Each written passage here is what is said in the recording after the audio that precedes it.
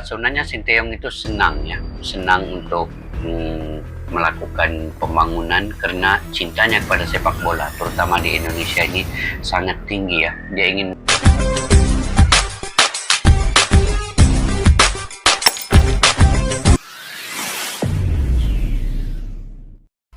Assalamualaikum dan salam sejahtera. Oke guys, hari ini Sinteyong full senyum. Timnas U17 maksimalkan pemain keturunan berkelas. Jadi ini untuk Piala Dunia guys, Piala Dunia U17. Jadi Piala Dunia ini bukan sembarangan piala. Ini adalah antara peringkat yang paling tertinggi selepas Piala Dunia Senior, Piala Dunia U20, dan kali ini Piala Dunia U17, dan juga tuan rumahnya adalah Indonesia. Jadi Indonesia perlu menyiapkan dengan lengkap pemain-pemain U17 ini yang pastinya perlu berkualiti, mempunyai standar di antara negara-negara yang mengikuti turnamen ini. Antaranya Argentina, Brazil, Prancis, England, Arab Saudi, Korea, Jepang. Jadi ini perlu distabilkan di antara kesemua tim-tim ini, termasuklah juga Indonesia. Jadi di sini apa yang diperbincangkan adalah bagaimana Indonesia menjadikan naturalisasi ini untuk menguatkan lagi pemain-pemain lokal, untuk memberikan semangat lagi pada pemain lokal dan menajamkan lagi segala bentuk strategi, segala bentuk taktikal dan formasi di dalam timnas U17 ini. Sebab guys, ini bukan piala sembarangan ya. Jadi kalaulah hanya pemain lokal sahaja, itu tidak mungkin untuk menunjukkan bahwa Indonesia itu sebuah pasukan yang kuat. Perlu adanya naturalisasi ataupun pemain keturunan dalam tim ini. Saya selalu mengambil contoh ya, Maghribi ataupun Maroko pada Piala Dunia dulu, masuk sampai ke separuh akhir semifinal karena di dalamnya ada 11 ke 12 pemain naturalisasi. Itu yang membuatkan tim Maghribi sehebat begitu. Jadi mana-mana pun pasukan perlu ada pemain naturalisasi untuk menguatkan lagi tim itu. Itu untuk menstabilkan tim dan juga supaya pemain-pemain lokal ini dia punya daya saing yang kuat, karena mereka tahu pemain naturalisasi, pemain keturunan ini ada masuk ke dalam tim itu, dan pemain-pemain lokal itu merasa mereka disaingi. Jadi mereka berusaha sedaya mungkin untuk menguatkan, untuk mengeluarkan bakat mereka, mencari permainan mereka yang sebenar. Itulah pentingnya naturalisasi untuk tim sepasukan ini, dan semangat-semangat yang dibawa oleh pemain-pemain naturalisasi ini akan membakar jati diri pemain itu untuk melakukan yang paling terbaik guys. Jadi dalam video ini kita lihat dulu video ini guys daripada channel Garuda Space. Pada yang baru ketemu channel ini, seperti biasa boleh bantu subscribe, like, share, dan komen juga. Yuk kita simak dulu di video ini apa saja yang terkandung di dalamnya. Saya akan reaksi di akhir video nanti. Yuk. Fakta Sinteyong tak disukai di Indonesia. Bima Sakti runtuhkan image local pride. Deretan rekor fantastis Liga Indonesia. Simak informasi selengkapnya sebagai berikut. Oh, macam mana beritanya ini? Sinteyong tidak disukai. Runtuhkan image local pride Bima Sakti totalitas di Piala Dunia U17 Indonesia. Kabar baik datang dari pelatih timnas U17 Indonesia Bima Sakti. Segera melakukan beragam persiapan untuk menyongsong bergulirnya Piala Dunia U17 2023. Dalam mempersiapkan kekuatan terbaik timnas U17, Bima Sakti menyatakan akan membuka lebar-lebar pintu timnas Indonesia bagi para pemain keturunan Indonesia ataupun naturalisasi. Hal ini dinyatakan sendiri oleh Coach Bima dalam beberapa kesempatan. Disadur dari berbagai sumber, pelatih yang pernah menjadi asisten Luis Milla tersebut menyampaikan akan memanggil pemain keturunan untuk persiapan Piala Dunia U17. Bahkan pelatih berusia 47 tahun tersebut menegaskan akan memberikan kesempatan seluas-luasnya kepada para pemain diaspora Indonesia. Saya menyampaikan kita akan beri kesempatan pada pemain diaspora yang telah berpaspor Indonesia Pemain keturunan yang orang tuanya mungkin bapak atau ibu orang Indonesia. Begini guys, baru ngam. Jadi pemain-pemain luar yang ada keturunan darah Indonesia itu, yang punya bakat dan pengalaman di luar itu, patutnya ada bersama dengan timnas Indonesia. Jadi walaupun tidak kira lah mereka bermain di luar di mana-mana pun kan, yang penting bakat mereka itu memang sudah terserlah dan pengalaman itu dapat membina pemain-pemain lokal ini tadi jika digabungkan. Jadi untuk Piala Dunia ini perlu ada seperti ini. Ini saya setuju juga. Oke, Jar kita Bima teruskan Sakti guys. dikutip dari akun Galeri Sepak Bola Indonesia online JSU.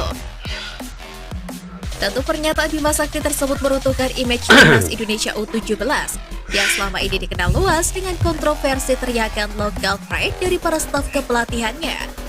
Kala itu dalam perayaan anak asuhnya menjuarai Piala AFF U16 tahun 2022. Teriakan local pride yang disinyalir sebagai sebuah sindiran dan maraknya program naturalisasi di tubuh timnas Indonesia diteriakan berulang kali oleh staf pelatih dari Coach Bima. Bima Sakti sendiri menegaskan telah membidik setidaknya 3 pemain diaspora untuk dipanggil ikut serta dalam seleksi timnas U17 proyeksi 3 pemain diaspora. Oi. Selain itu Bima Sakti juga dipastikan Mau akan kena tambah menggandeng lagi tuh. Sintayong dan juga Indra Syafri serta meminta saran kepada Luis Milla yang kini menukangi Persib Bandung untuk meracik skuad Garuda Asia demi mampu berbicara banyak di Piala Dunia U17 2023.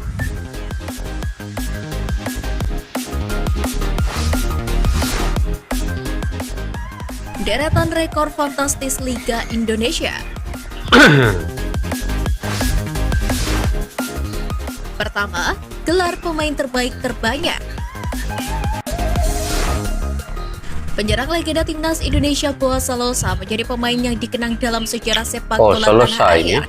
Pesepak bola asal Sorong itu tercatat sebagai pesepak bola dengan gelar pemain terbaik terbanyak dalam sejarah sepak bola Indonesia. Boa Salosa mendapatkan 3 penghargaan itu pada musim 2008-2009, 2010-2011, dan 2013. Rekor ini seperti Pernah main timnas nih kan guys, Salosa nih. Hal itulah yang juga membuat Boa Salosa begitu istimewa. Kedua, pencetak gol terbanyak. Gonzales Bani. Pemain naturalisasi Christian Gonzalez telah menghabiskan sebagian besar karirnya di sepak bola Indonesia. Penyerang yang akrab dengan julukan El Loco tersebut memegang rekor istimewa dengan meraih gelar top skor di Liga Indonesia sebanyak 4 kali. Sejauh ini pesepak bola asal Uruguay tersebut juga menjadi pencetak terbanyak dengan total 283 gol sepanjang karirnya di sepak bola Indonesia. Banyak ya, Menariknya, meski sudah berusia 46 tahun, penyerang yang terakhir kali berkarir bersama PSIM Yogyakarta di Liga 2 ini belum berniat untuk gantung sepatu alias pensiun. Ketiga, back-to-back juara Liga. Rekor fantastis dalam sejarah sepak bola Indonesia yang diprediksi bakal bertahan lama ialah keberhasilan Bali United dalam meraih gelar juara Liga 1 secara back-to-back dalam 2 musim beruntun. Keberhasilan ini dicatatkan Serdadu Tridatu pada Liga 1 musim 2019 dan 2021-2022. Sebagai informasi, kompetisi musim 2020 harus dihentikan di tengah jalan karena merebaknya pandemi COVID-19. Rekor Bali United ini tampak sulit dipecahkan mengingat sejak era Liga Indonesia bergulir pada 1994. Tidak ada satupun klub yang bisa meraih gelar pada juara 2 musim secara beruntun. Covid kan dihentikan Liga 2 tahun mah. Oke, Sintayong banyak kecaman.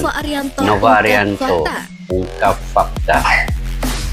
Kenapa dia banyak kecaman nih ya? Fakta mengejutkan diungkapkan oleh asisten pelatih timnas Indonesia Nova Arianto yang membeberkan alasan Sintayong tak disukai keberadaannya di Indonesia. Sebagaimana diketahui, selama menangani skuad timnas Indonesia, Coach Sintayong sejauh ini masih belum bisa memberikan titel juara bagi Indonesia.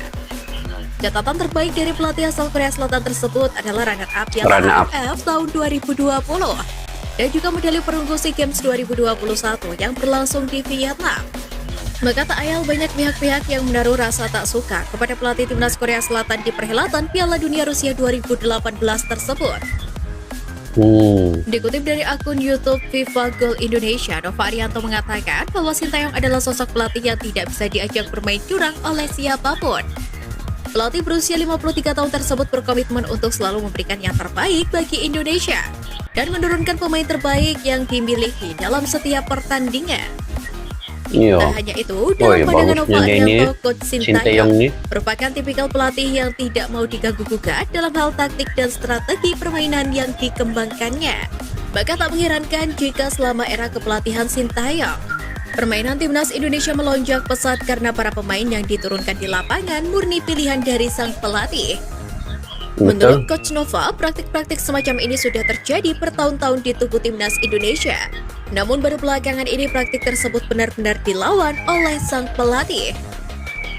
Untuk itu dengan idealisme dan ketulusan Ini Coach kebagusannya. Sintayong dalam pelatih skuad Garuda, kedepannya bisa membuat Sepatutnya memang begitulah kalau ada pelatih yang diberi kepercayaannya untuk memilih pemain. Jadi dia tidak boleh dikacau lah oleh sesiapapun.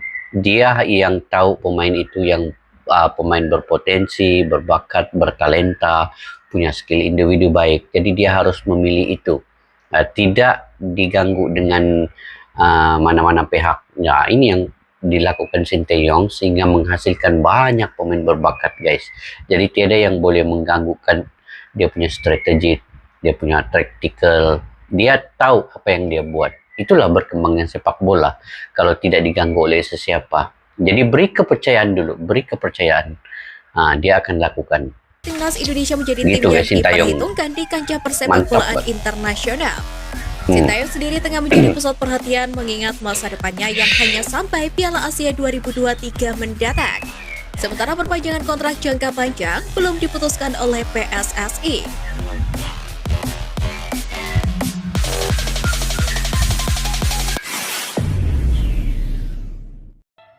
Oke guys, itu antara berita yang ada dalam video ini. Jadi saya tertarik dengan Sintayong ini tadi ya. Sintayong merupakan, kalau bagi saya lah, merupakan satu pelatih yang paling terbaik.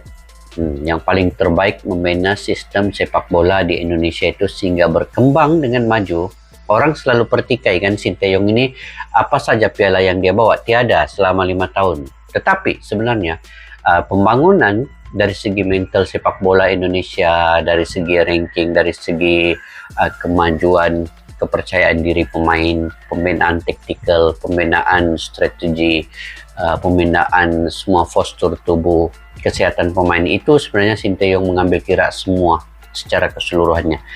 Sintayong banyak membina pemain-pemain ini dan banyak pemain-pemain lokal berhijrah ataupun berkarir di luar negeri itu hasil daripada nasihat-nasihat saranan daripada Sintayong untuk mereka membina pengalaman yang lebih banyak di luar dan kembali kepada timnas, menguatkan timnas itu semula. Jadi kalaulah ada orangnya yang menggelar Sintayong ini adalah pelatih yang tidak mendatangkan piala, betul tidak mendatangkan piala, tetapi dia membentuk, membina sistem pembangunan sepak bola Indonesia dari bibit muda sampailah ke atas dengan lebih baik. Tidak ada sebenarnya pelatih yang begini secara mendadak drastik dapat membina semua sistem ini secara tersusun sebenarnya. Sintayong buat ini secara tersusun guys,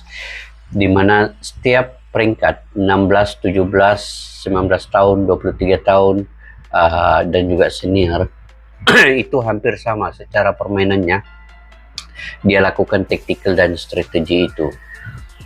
Jadi dia membantu pelatih-pelatih lokal untuk bersama dengan apa yang dia lakukan. Jadi sebenarnya Sintayong itu senang untuk melakukan pembangunan karena cintanya kepada sepak bola, terutama di Indonesia ini sangat tinggi ya. Dia ingin melihat sepak bola Indonesia ini. Saya pernah reaksi sebelum ini ya, di video-video yang sebelum ini, bahwa Sintayong selagi mana dia diperlukan, dia akan lakukan yang paling terbaik untuk sepak bola di negara Indonesia ini. Jadi beruntung sebenarnya Indonesia mendapatkan Sintayong ini karena dia melakukan yang paling terbaik demi negara Indonesia negara yang kini beliau melahirkan banyak pemain yang sehingga dikenali dan menentang tim-tim besar tidaklah juga kalah teruk. Dan kejayaan Sinteyong juga melayakkan ke Piala Asia, lolos ke Piala Asia, lolos ke peringkat yang lebih tinggi bawah 23 tahun, dan juga ranking itu naik, tim-tim besar dia banyak kalahkan, Curaçao dan juga sebagainya ya. Jadi kita doakan guys, semoga Sinteyong dan juga pelatih-pelatih yang ada di bawahnya, pemain-pemain yang ada di bawahnya dapat cepat menyerap apa yang Sinteyong inginkan untuk sistem sepak bola berkembang dengan lebih maju lagi. Oke guys, mungkin kalian punya pandangan pendapat sendiri, kalian komentar di kolom di bawah. Sampai kita berjumpa lagi, majelis untuk negara. Assalamualaikum warahmatullahi wabarakatuh. Bye bye.